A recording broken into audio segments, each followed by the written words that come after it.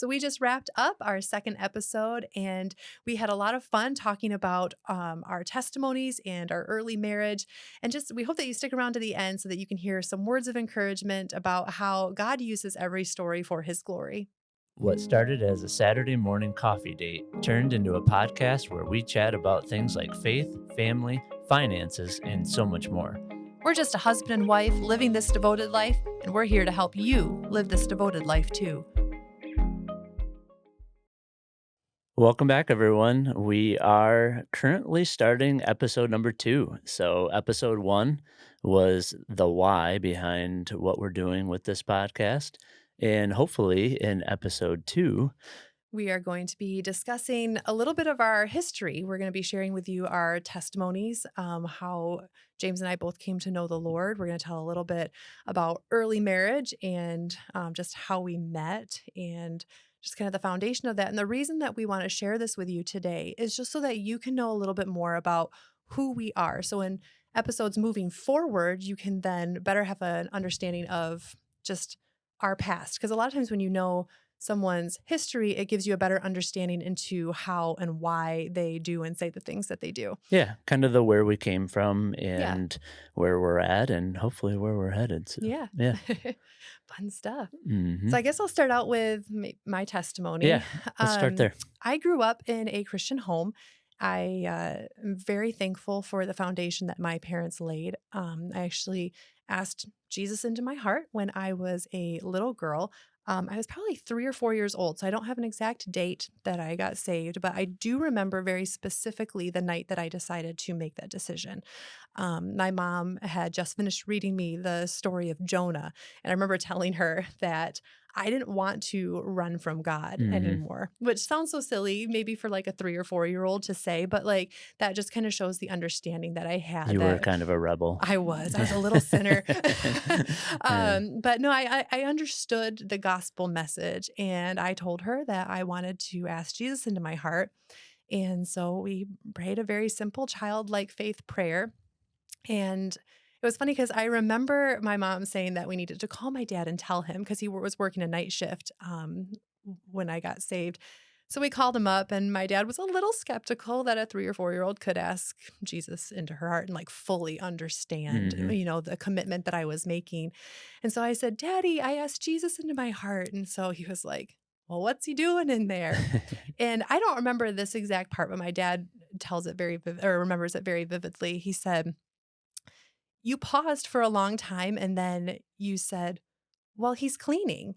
And he said, I knew in that moment that in a very childlike faith way, you fully grasped the gospel that Hmm. Jesus came into your heart and he was making you clean again. And Yeah. so that's my testimony as far as like how I came to know the Lord. Like I said, I'm very thankful that I had that foundation from a very young age that I had a family, a mom and a dad who loved the Lord and had a godly heritage. I actually have a very similar testimony, at least from the age frame that I accepted Christ. So, my story kind of starts in front of my grandma's house. So my parents were building a house and we actually lived at my grandma's for I think a couple years. And my mom and I were out front. I vividly remember sitting by this big maple tree. There was a park bench there and we're just sitting there chatting and she started asking me different questions. She was a very deep introspective thinker and she always encouraged me to be similar. And so she just started asking me different questions about, where do you think you came from, and all different, very deep, but also surface level questions. And I remember her asking, "How do you get to heaven?" And I said, well, you got to be really good. Or, I think you have to go to church like all the time, things like that. And, graciously, she told me I was wrong and that you needed to accept Jesus into your heart, and I did that, and I remember very vividly understanding that it is His dying on the cross and raising again, and me accepting Him as my personal Lord and Savior. And so again, that was a very young age. I think I was just under 4 years old, and that's my testimony. So my parents are first generation Christians, and your legacy actually goes a lot deeper than that. It does, yeah. I remember my grandparents and great grandparents, at least on my mom's side, were wonderful Christian people who truly did love the Lord. Yeah. Yep.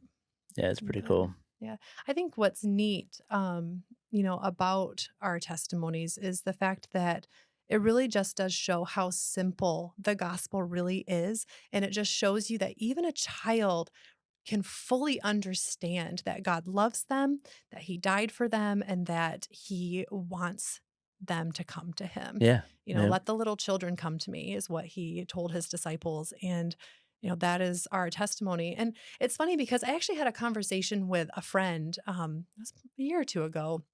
And I was sharing with her my testimony. And I told her, I said, sometimes I feel like it's not a great testimony. Like I've like, you hear of these people who have just walked really hard roads and you see this beautiful story of redemption in their lives. And so but she said, you should never discount your testimony. She said, because what you just told me gives me hope that my children can have a testimony like that someday. And it really just put into perspective for me, like how God can use every single testimony, no matter what road you have walked, the moment that you come to Him, He's given you that particular story and He wants to use that to further His kingdom. Yeah, I totally agree. And then also going back to what you said about, Christ saying, suffer the little children to come unto me, it's also an encouragement that we as parents need to be sharing Christ with our Yes, most children, definitely. not only, as they get older, but most importantly, from a very young age, because even if they don't accept Christ at a young age, it really builds that foundation in their formidable years, and I think it's a very, very important part. There's some psychologists who say that kids pretty much have things figured out by the ages of between 3 and 5. They kind of know how to pick us apart, and they know how we tick, and yeah, so we just need to be working on them from a young age. Yeah, Yeah. we definitely want to lay that foundation so that when the Holy Spirit is working on them, they have the information that they know how to respond to the Yeah. Holy Spirit's calling. Yeah, so throughout this podcast series, we'll obviously get a lot deeper into our childhoods and just all through the rest of our life. But you want to fast forward to kind of how we met and Yeah, kind of sure. yeah, Yeah, so it's funny because I attended a small community college, and this was in Michigan. I went to Lansing Community College. I didn't really know what I wanted to do outside of high school. If you had asked me at a very young age, like I would have told you I wanted to be a mom. So, I mean, even though I graduated really high in my class and did really well in high school, once it came time to graduate, I didn't really know what I wanted to do. yeah, I didn't really want to go away to a 4-year college because I didn't have anything specific in mind that I wanted to do. So I remember, talking to my dad about it, and I just said, I'm going to go to a community college, just get my basics out of the way. And while I was there, I met some really good friends who attended Michigan State. Well, one weekend, one of my friends, who I got to know really well, actually, we did some hurricane relief when during the hurricane down in Louisiana, so I really got to know her very well. But she was telling me that her and some of her friends were going up to Michigan Tech, which is where you went to school. yep. Go And Huskies. yeah, so they all decided that they were going to travel up there, and this was not something that I would normally do. Like for Shanda to travel 10 hours up north with a bunch of college students was just not really my thing. Mhm. And it was funny because I had a class that afternoon, and so I was getting out a little later, and they were like, "Oh, we'll wait for you, and once you get out of class, we'll all go." Well, I got out of class and I had a voicemail because I had terrible signal in class, and it said, "Hey, just so you know, we left without you, but we left Sarah to travel with you." And at the time, I didn't know who Sarah was. I was like, who is Sarah? Right, right. And so I called my mom and I was just like, I don't really want to go, but now if I don't go, Sarah can't go. And I was like, but for some reason, I really do feel like I should be going. It Yeah. was just like a very out of character thing for me, but I really felt, I told my mom, I said, I feel like the Lord wants me to go up there. I said, I know that sounds so silly, like to go and travel 10 hours up north and for winter carnival up at Michigan Tech. And Mhm. I did anyways. And that weekend, my really good friend, her boyfriend lived with James. And so we ended up staying in a house with like 26 people or something Yeah, like yep, that. Like yeah, it was like, mid-20s. a, it was kind of a crazy time. Yeah, so there were 10 of us that lived in this house, 10 guys, up at the Bridge House at Michigan Tech, so it was like, over doubled, the size of our Yeah. capacity that weekend. What's actually kind of neat is that she is now married to that guy that she was dating at the Yeah. time. And so Yep. we can still get together with them and hang out. But the night that I met you, I guess maybe I'll let you tell that story. You had your snowmobile up at Michigan Tech. Yeah, so again, we're not partiers by any stretch, throughout the years or whatever, but obviously had a good time, and the Bridge House was awesome. It was just never a dull moment there, but I had my go Well, ahead. actually, the weekend that I met them or met James, like all of the guys in this house were growing their hair out and Yeah. their beards out because they were going to have a mullets and mustache party. Yeah, Like, so, 2 or 3 weeks after this weekend, we're gonna have a big mullets and mustache party, it's and, so yeah, that's ridiculous. a whole 'nother story for a different time, but I looked extra disgusting, that weekend, which is, just proof that the Lord wanted us together, I but could see through it. yeah, she could. So, I had my snowmobile up at Michigan Tech, and for anyone who knows, it's up in the Keweenaw Peninsula, and we literally get over 300 inches of snow a year up there, and, I mean, obviously, it fluctuates a little bit, but it's significant amount of snowfall, so it's literally a winter paradise for anyone who enjoys snowmobiling, skiing, things like that, but, long and short of it is for some reason, I asked 3 different girls if they wanted to go on a snowmobile ride with me. So, evidently, that was my pickup line for, that time in my life. It worked for me. Right.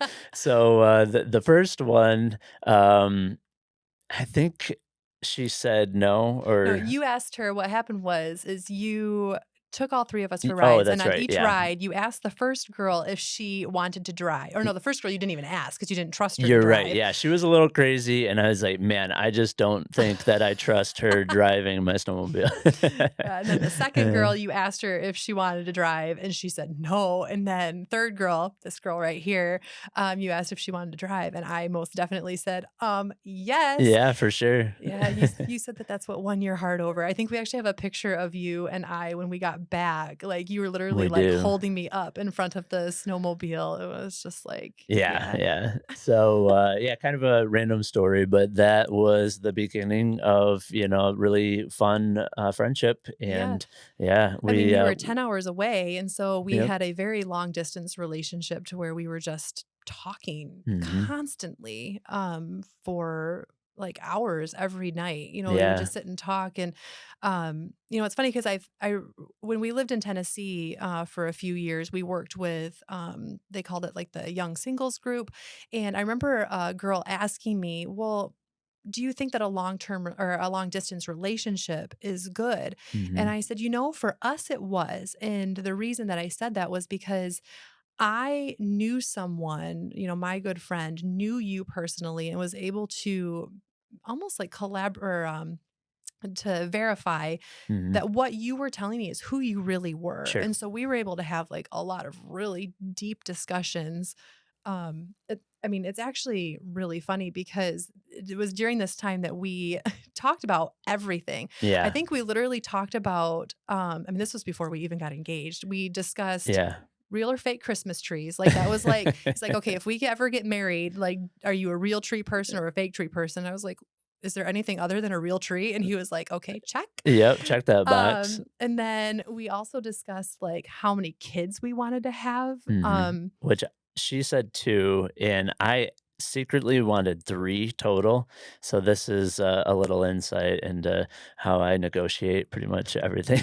But so I said 4, thinking that we would settle on 3. Well, the joke's on me because we have 4 kids Yes, now, and you so would never trade it for you're anything, right, yeah, I but know, I love it. yeah, so I mean, Yeah. we had just discussed everything from Yeah, finances. We yep, even discussed how you and I both had stay-at-home moms growing up. Once my sister and I were both in school, my mom started working within our school district because I went to a public school and you went to a Christian school. mhm, Um, but during those young formidable years, we talked about how, if we ever got married, like, would you want to stay home with the kids? And I said yep. that is ultimately my goal.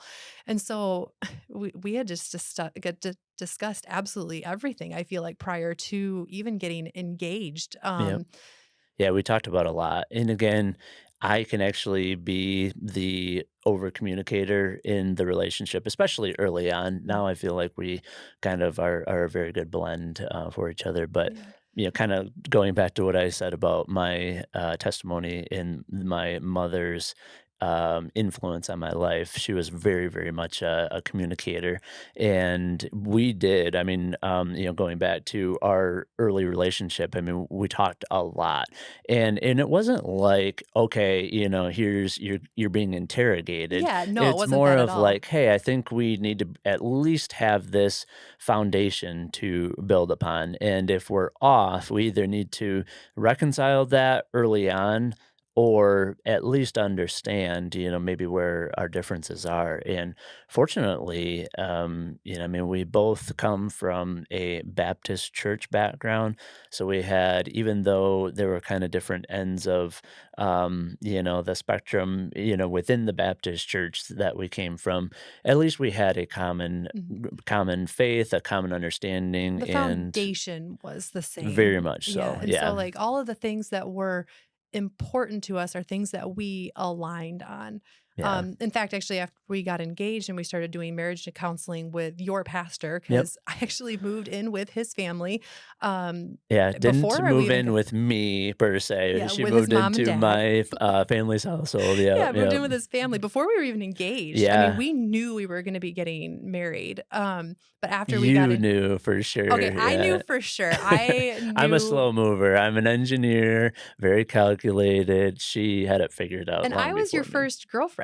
Yeah, definitely first real girlfriend. Yep. Yeah, I mean, you had told me that you prayed very specifically that you would meet your future wife your second semester of your senior year of college. Yeah. And I walked in February of your senior year of college. And Yeah, so so quick little reset on that.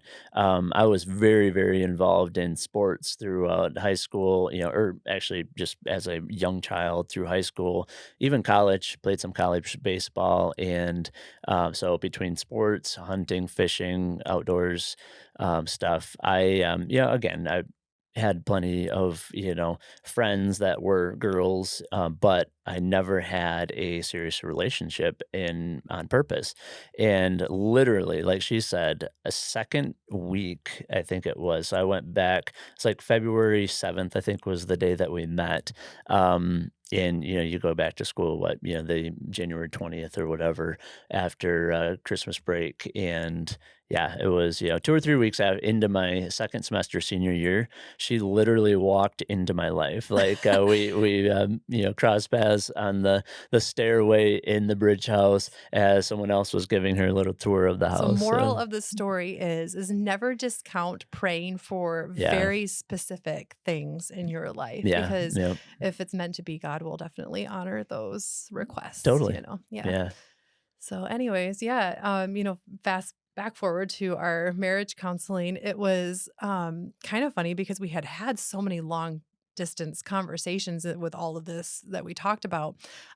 We met with your pastor yes, and we yep. sat down and he had given us a workbook to go through and he started asking us all these questions and he finally looked at us, closed the book and said, "Well, I don't think there's anything that you guys have not discussed. So if you think of something, please let me know. But other than that, I think like you're ready, Yeah. type of thing." And we just kind of laughed. We're like, "Is this normal?" And he's like, "No, but I can just tell you guys have communicated a lot," Yeah, which and is a that's credit to you because well, thanks, yeah. like like you said, I actually had to learn to communicate. I was not a communicator by nature. And so early in marriage, I remember like having some conversations because you would want to discuss something right away and we had to communicate with one another and Yeah, I had to yeah. say I need some time to process this before we talk. Otherwise, you're going to get like emotional Shanda. And Mhm. I would like you to have logical Shanda.